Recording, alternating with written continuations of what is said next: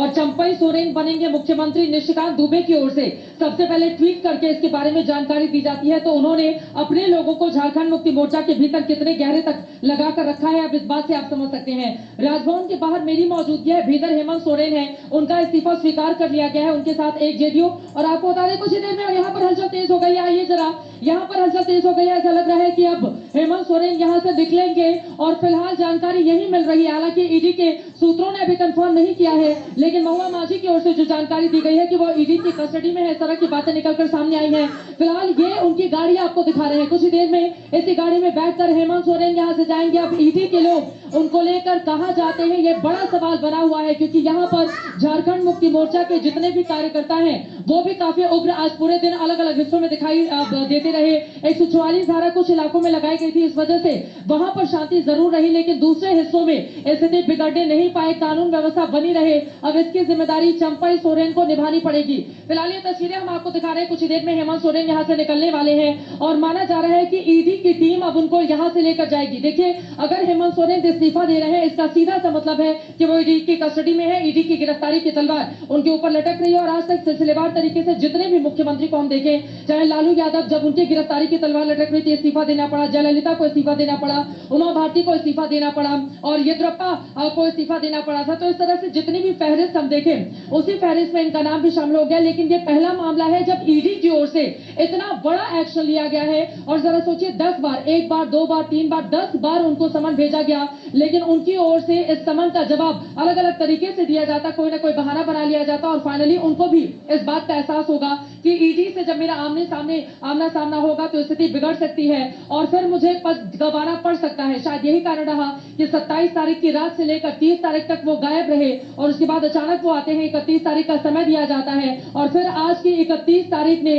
हेमंत सोरेन का इस्तीफा ले लिया है। इस्तीफा देने के बाद वो फौरन बाहर आएंगे। अब ईडी की टीम उनको लेकर यहाँ से कहाँ जाएगी, ये बड़ा सवाल बना हुआ है। और यकीनन क्या उनको मुख्यमंत्री आवास लेकर जाया जाएगा या फिर कहीं और लेकर जाया जाएगा। जी चित्रा, अभी जब आप हमसे बात कर रही हैं तो हमारी स्क्रीन पर एक तस्वीर, एक वीडियो लगातार चल रहा है जिसमें एक इनोवा गाड़ी में आगे की सीट पर बैठे हुए हेमंत सोरेन लोगों को हाथ हिला रहे हैं, उनके चेहरे पर मुस्कुराहट है और वो इस तरीके से जा रहे हैं थम्स अप करते हुए, जैसे ये उनकी कोई बहुत बड़ी जीत है, जैसे वो एक शेर की तरह, एक बहादुर शेर की तरह वहां से निकल रहे हैं और ये कहना चाहते हैं कि वो झुकेंगे नहीं। और बड़े इसमें उन्हें कोई शर्मिंदगी महसूस नहीं हो रही, ना ही उनके चेहरे पर कोई शिकन है, बल्कि ऐसा लग रहा है जैसे वो कहीं से कोई गोल्ड मेडल जीत कर जा रहे हैं। तो ये जो नई तरीके की चीज हमने देखी कि विपक्ष के नेता भ्रष्टाचार के आरोप में गिरफ्तार होते हैं और उसके बाद कुछ इस तरीके से बाहर निकलते हैं जैसे गोल्ड मेडल जीतकर देश के लिए कहीं जा रहे हो या कहीं से आ रहे हो। तो ये हेमंत सोरेन क्या बताने की कोशिश कर रहे हैं आज?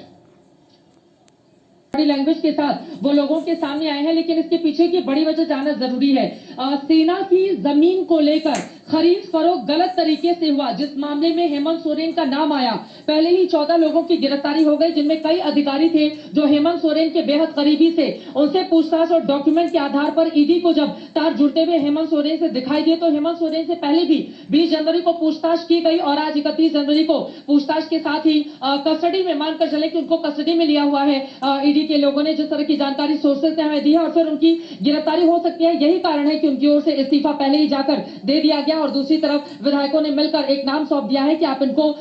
हमारा मुख्यमंत्री बना दीजिए और हमारी परेड अभी करवा दीजिए। लेकिन बॉडी लैंग्वेज, चूंकि हमें पता है 2 महीने के बाद 14 लोकसभा सीटों के लिए यहां पर मतदान होना है, जिनमें से 12 सीटें आजसू के साथ मिलकर बीजेपी ने पिछली बार जीती थी। 9-10 महीने के बाद यहां पर विधानसभा का चुनाव होना है, तो ये मैसेज देने की कोशिश की जा रही है कि नहीं, ऑल इज वेल, हमें फंसाने की कोशिश, जैसा कि लगातार झारखंड मुक्ति मोर्चा बोल रहा है कि बीजेपी का क्या धरा है, ईडी के अधिकारी नहीं बल्कि वो बीजेपी के लोग हैं जो हमको फंसा रहे हैं। तो ठीकरा फोड़ने की कोशिश है। लेकिन ये बात भी सच है कि सेना की जमीन में खरीद फरोख्त का ये मामला है जिसके गंभीर आरोप लगे। और मुनीश, जैसा कि जानकारी हमें दे रहे थे कि खनन घोटाला, कोयला घोटाला, जमीन घोटाला, इतने सारे घोटालों से संबंधित सवाल जवाब आज उनसे किए गए, जिसके बाद ईडी के अधिकारियों ने स्पष्ट कर दिया कि अब आपका बचना मुश्किल है, जिसके बाद इस्तीफा देने के लिए वो राजभवन आए और अब इस्तीफा देने के बाद उनको कहां लेकर, सबसे बड़ी बात यह है कि इतने सारे घोटाले हैं और उन घोटालों को लेकर शिबू सोरेन के चेहरे पर कोई शिकन नहीं है, किसी भी प्रकार की कोई चिंता नहीं है, किसी भी प्रकार की कोई शर्मिंदगी भी नहीं है और